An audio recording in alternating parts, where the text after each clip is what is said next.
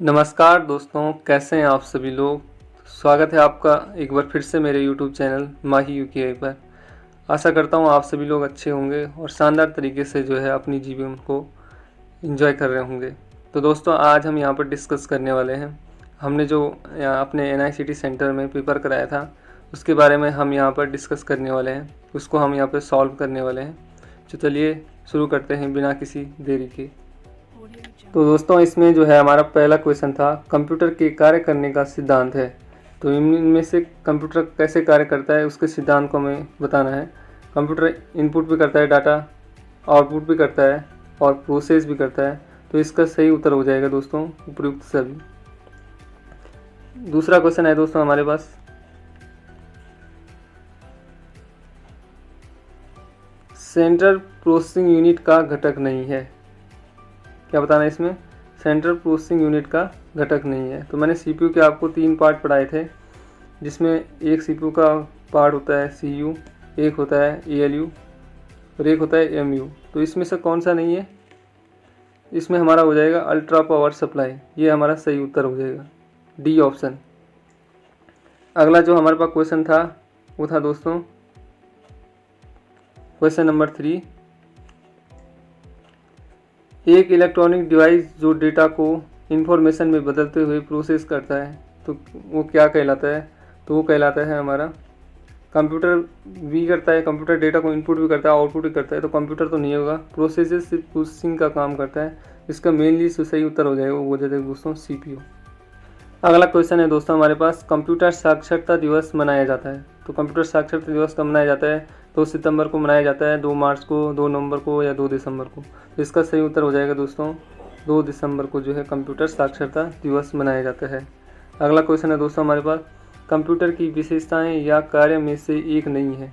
तो computer data संकलन का मतलब होता है कलेक्शन और संचयन का मतलब होता है स्टोरेज। दोस्तों, इसका आकलन नहीं करता है कंप्यूटर, डेटा का निर्गमन आउटपुट भी करता है। तो इसका सही उत्तर हो जाएगा दोस्तों ऑप्शन नंबर C। अगला क्वेश्चन है हमारे पास क्वेश्चन नंबर 6, CPU निम्नलिखित में से क्या है? CPU क्या है? पेरीफेरल डिवाइस कौन होते हैं?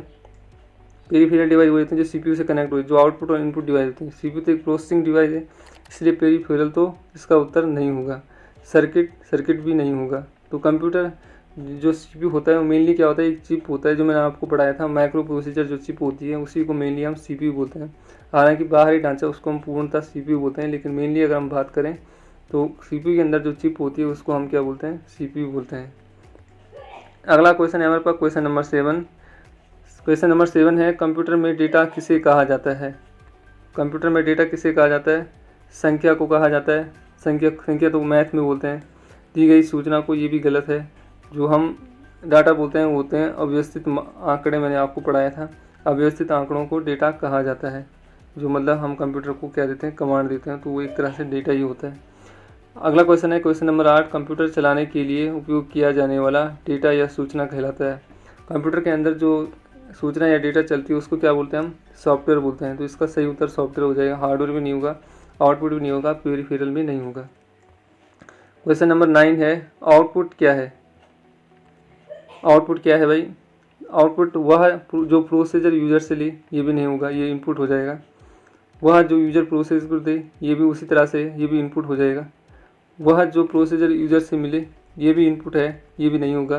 तो हमारा सही उत्तर हो जाएगा दोस्तों, सही उत्तर जो होगा हमारा, वह जो प्रोसेसर यूजर को दो। तो इसका ऑप्शन सही उत्तर हो जाएगा ऑप्शन नंबर D। अब इस यहाँ पर अगला क्वेश्चन है क्वेश्चन नंबर 9, 10, इनपुट स्कैनर है। स्कैनर क्या है? जिससे हमारे डॉक्यूमेंट स्कैन होते हैं, जो हम कभी ऑनलाइन फॉर्म भरने जाते हैं। तो उसका सही उत्तर क्या होगा? इनपुट डिवाइस भी होता है, वो सही है, हार्डवेयर भी होता है। तो इसका सही उत्तर हो जाएगा A, B दोनों इसका सही उत्तर है। अगला क्वेश्चन है हमारे पास क्वेश्चन नंबर 11 क्या है हमारे पास? GUI का पूरा नाम क्या है? तो GUI मैंने आपको बहुत बार पढ़ाया है। GUI का जो पूरा नाम होता है वो होता है हमारा ग्राफिक यूज़र इंटरफेस। इसका जो है पहला वाला ऑप्शन नंबर ये सही उत्तर था। कंप्यूटर को कितने भागों में बांटा जाता है? तो इसका सिंपल सा आंसर था कि 2 भागों में बांटा जाता है। एक होता है हार्डवेयर, एक होता है सॉफ्टवेयर। अगला क्वेश्चन नंबर 13 हमारे पास था, कंप्यूटर की गति को मापा जाता है। तो कंप्यूटर की गति को मापा जाता है MIPS में जो है कंप्यूटर की गति को मापा जाता है। जबकि हर्ट्ज में जो है कंप्यूटर प्रोसेसर की गति मापी जाती है। तो इन दोनों में आपको अंतर को जो है समझना पड़ेगा। क्वेश्चन नंबर 14 जो हमारे पास है 14, इसमें से कौन सा कंप्यूटर का गुण नहीं है? तो गुण गुण गुण गुण कौन सा होता है, अवगुण कौन सा होता है, इसमें भी आपको अंतर पता होना चाहिए। कंप्यूटर तीव्र गति से काम करता है, तो ये भी अब कंप्यूटर का एक गुण है। गोपनीयता प्राइवेसी रखता है, ये भी कंप्यूटर का गुण है। विविधता मतलब विभिन्न कामों को एक साथ करने की क्षमता रखता है कंप्यूटर, तो ये भी उसका एक गुण है। बुद्धिहीनता क्या है, उसका एक अवगुण है, तो आपको बुद्धिहीनता सही उत्तर हो जाएगा। विश्व में सर्वाधिक कंप्यूटर वाला देश, तो सीधी सी बात है यूएसए है, यूनाइटेड स्टेट ऑफ अमेरिका। और क्वेश्चन नंबर 16 है, डेटा प्रोसेसिंग का अर्थ होता है। डेटा प्रोसेसिंग का अर्थ होता है डाटा का भंडारण, ये भी गलत है। डाटा का संग्रहण, ये भी गलत है। भंडारण संग्रहण एक ही हो गया। उपयोग के लिए सूचना प्राप्त करना, ये इसका सही उत्तर हो जाएगा दोस्तों। क्वेश्चन नंबर 17 है, रोम को कहते हैं। रोम का पूरा नाम होता है रीड ऑनली मेमोरी, तो इसका सही उत्तर ए हो जाएगा। क्वेश्चन नंबर 18 है, निम्नलिखित में से कौन सी एक पेरिफेरल डिवाइस है? अब पेरिफेरल डिवाइस वही क्वेश्चन आ गया है, इनपुट और आउट में से मेमोरी भी प्रोसेसिंग है, सीपीयू भी मेमोरी है, पेन ड्राइव भी मेमोरी है, तो इसका सही उत्तर हो जाएगा दोस्तों स्कैनर। क्वेश्चन नंबर 19 है हमारे पास 19, कीबोर्ड का जनक किसे कहा जाता है? तो कितनी बार पढ़ा है मैंने, कीबोर्ड का जनक होता है लेथम सोलेज, जो है कीबोर्ड का जनक कहा जाता है। अब 20वां क्वेश्चन है दोस्तों, निम्नलिखित में से टॉगल कीज़ है। टॉगल कीज़ मैंने बोला था जो एक ही बार दबाने से कीज़ क्या करती है, दो काम करती है, जिसमें से कैप्स लॉक, जब आप कैप्स लॉक दबाते हैं तो पहले कैप्स लॉक से कैपिटल लेटर हो जाते हैं, और उसी के बाद अगर कैप्स लॉक दबाएंगे तो उससे स्मॉल लेटर हो जाते हैं। उससे जो लाइट जलती है, 3 लाइट जलती है, एक नम लॉक से, एक कैप्स लॉक से, और एक जो हमारा स्क्रॉल लॉक होता है उससे जो है हमारा कैप्स हमारी जो है ये तीनों क्या होती है, टॉगल कीज होती है। तो इसमें सही उत्तर हो जाएगा दोस्तों कैप्स लॉक। जो नेक्स्ट क्वेश्चन है हमारे पास क्वेश्चन नंबर 21, निम्नलिखित में से एक सिस्टम सॉफ्टवेयर का भाग नहीं है। तो सिस्टम सॉफ्टवेयर में हमारा ऑपरेटिंग सिस्टम भी आ जाता है, लैंग्वेज ट्रांसलेटर भी इसी के अंतर्गत आ जाता है। चौथा option none of the above है। यूटिलिटी सॉफ्टवेयर है, यूटिलिटी सॉफ्टवेयर जो होता है वो अलग से होता है, तो इसका सही उत्तर हो जाएगा यूटिलिटी सॉफ्टवेयर। अगला क्वेश्चन जो हमारे पास है क्वेश्चन नंबर 22, तो क्वेश्चन नंबर 22 है, निम्नलिखित में से कौन सा स्टोरेज का सबसे छोटा है? बिट बाइट, फिर मेगाबाइट होता है, गीगाबाइट, टेराबाइट, तो इसका सही उत्तर हो जाएगा मेगाबाइट।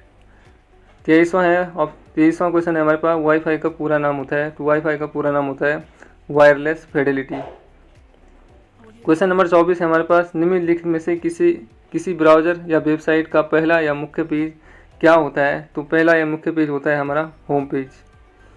क्वेश्चन नंबर 25 है दोस्तों हमारे पास, बिजली की विफलता के दौरान डेटा के नुकसान को रोकने के लिए किस डिवाइस का उपयोग किया जाता है? मॉडेम है, यूपीएस है, रोम है, फ्लॉपी है, तो इसका सही उत्तर हो जाएगा दोस्तों यूपीएस। क्वेश्चन नंबर 26 है हमारे पास, छोटे ग्राफिकल चिन्ह होते हैं जो कंप्यूटर स्क्रीन पर प्रदर्शित होते हैं। मैंने बोला था ना, व्हाट्सअप है हरा हरा दिखता है, फेसबुक नीला नीला एफ करके दिखता है, तो ये सबको क्या बोलते हैं? इनको बोलते हैं आइकन। क्वेश्चन नंबर 27 है हमारे पास, बाइनरी अंक अर्थात 0 और 1 को संयुक्त रूप से कहा जाता है। तो 0 1 को संयुक्त रूप से कहा जाता है, बिट कहा जाता है, बाइट, किलोबाइट, मेगाबाइट, तो इसको कहा जाता है बिट, क्योंकि सबसे छोटी इकाई यही होती है। MICR प्रणाली का उपयोग मुख्यतः होता है। MICR प्रणाली का मुख्यतः जो उपयोग होता है वो कहाँ होता है? हवाई अड्डे में होता है, रेलवे स्टेशन में होता है, या बैंक में होता है, या मदरबोर्ड में होता है। तो MICR का मैं उपयोग बताता हूँ, जो आपका चेक होता है ना बैंक का, उसमें होता है ये, तो इसका सही उत्तर हो जाएगा बैंक। क्वेश्चन नंबर 29 है, पैरेलल पोर्ट मुख्यतः किसे कनेक्ट करते हैं? पैरेलल पोर्ट प्रिंटर को कनेक्ट करते हैं।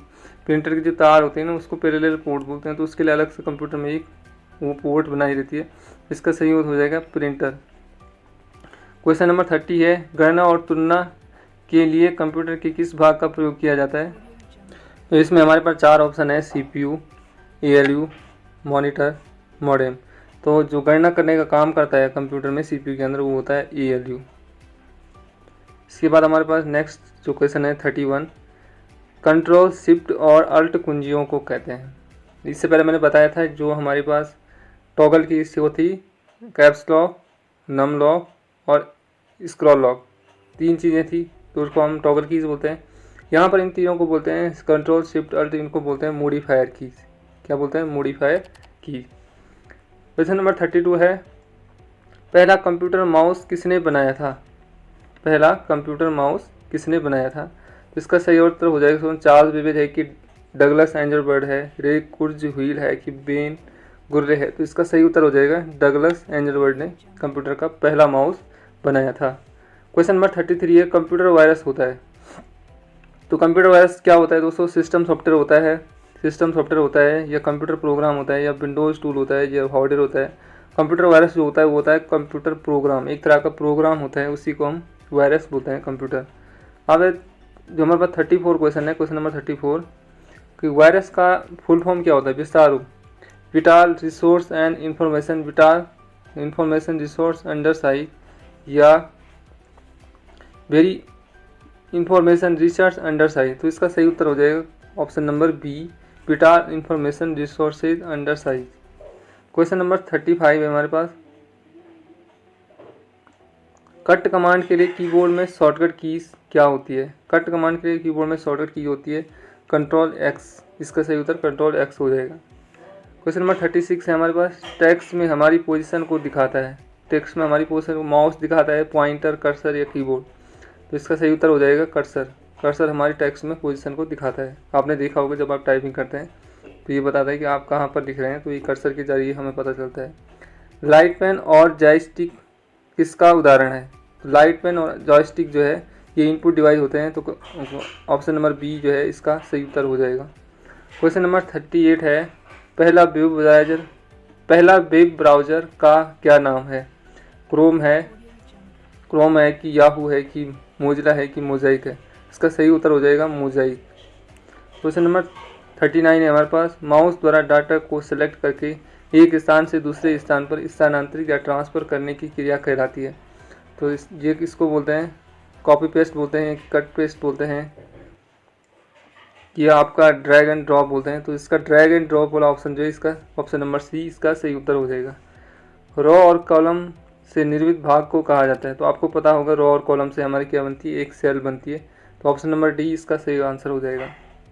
क्वेश्चन नंबर 41 है, कंप्यूटर को स्टार्ट करते समय होने वाली बूटिंग को कहते हैं। ऑप्शन नंबर ए है warm booting, option number B है cold booting, option number C है normal booting, option number D है इनमें से कोई नहीं। इसका सही उत्तर हो जाएगा option number B cold booting. Question number 42 है हमारे पास, कंप्यूटर के मुख्य सिस्टम बोर्ड को क्या कहते हैं? प्रोसेसर, माइक्रो प्रोसेसर चिप या मदरबोर्ड? तो इसका सही उत्तर हो जाएगा दोस्तों option number D motherboard. Question number 43 है हमारे पास, किसी नेटवर्क पर ऑनलाइन लिखित वार्तालाप को क्या कहा जाता है? सरफूरिंग, चैटिंग, ईमेल या इनमें से कोई नहीं। तो इसका सही उत्तर हो जाएगा दोस्तों चैटिंग। क्वेश्चन नंबर 44 है हमारे पास, भारत में निर्मित प्रथम कंप्यूटर का क्या नाम है? इंडिया, सिद्धार्थ, परम, समिट। तो इसका सही उत्तर हो जाएगा हमारा सिद्धार्थ। क्वेश्चन नंबर 45 है हमारे पास, हेल्प ऑप्शन को खोलने के लिए कीबोर्ड में प्रेस किया जाता है। हेल्प ऑप्शन के लिए तो इसका सही उत्तर हो जाएगा F1 जो हमारी कीज होती है फंक्शन की, उसका यूज़ जो है हेल्प ऑप्शन को खोलने के लिए किया जाता है।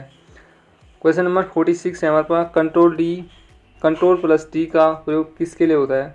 तो कंट्रोल प्लस टी का जो यूज़ होता है वो होता है फाउंड सेटिंग के लिए।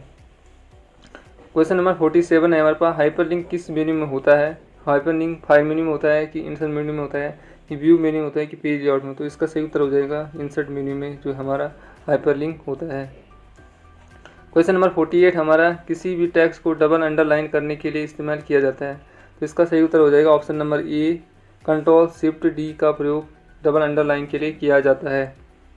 क्वेश्चन नंबर 49 है हमारा, टेक्स्ट को जस्टिफाई करने के लिए किस शॉर्टकट कीज का उपयोग किया जाता है? जस्टिफाई से जे को आपको याद रखना है, इसका सही उत्तर हो जाएगा कंट्रोल जे का उपयोग जो जस्टिफाई करने के लिए किया जाता है।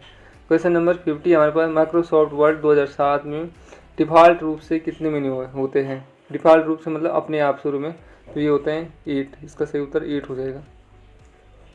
क्वेश्चन नंबर 51 है हमारे पास, a+b का होल स्क्वायर में जो 2 लिखा है वह किस ऑप्शन के जरिए लिखा जाता है? तो ये होता है सुपर स्क्रिप्ट के जरिए इसको लिखा जाता है। ऑप्शन नंबर बी इसका सही उत्तर हो जाएगा।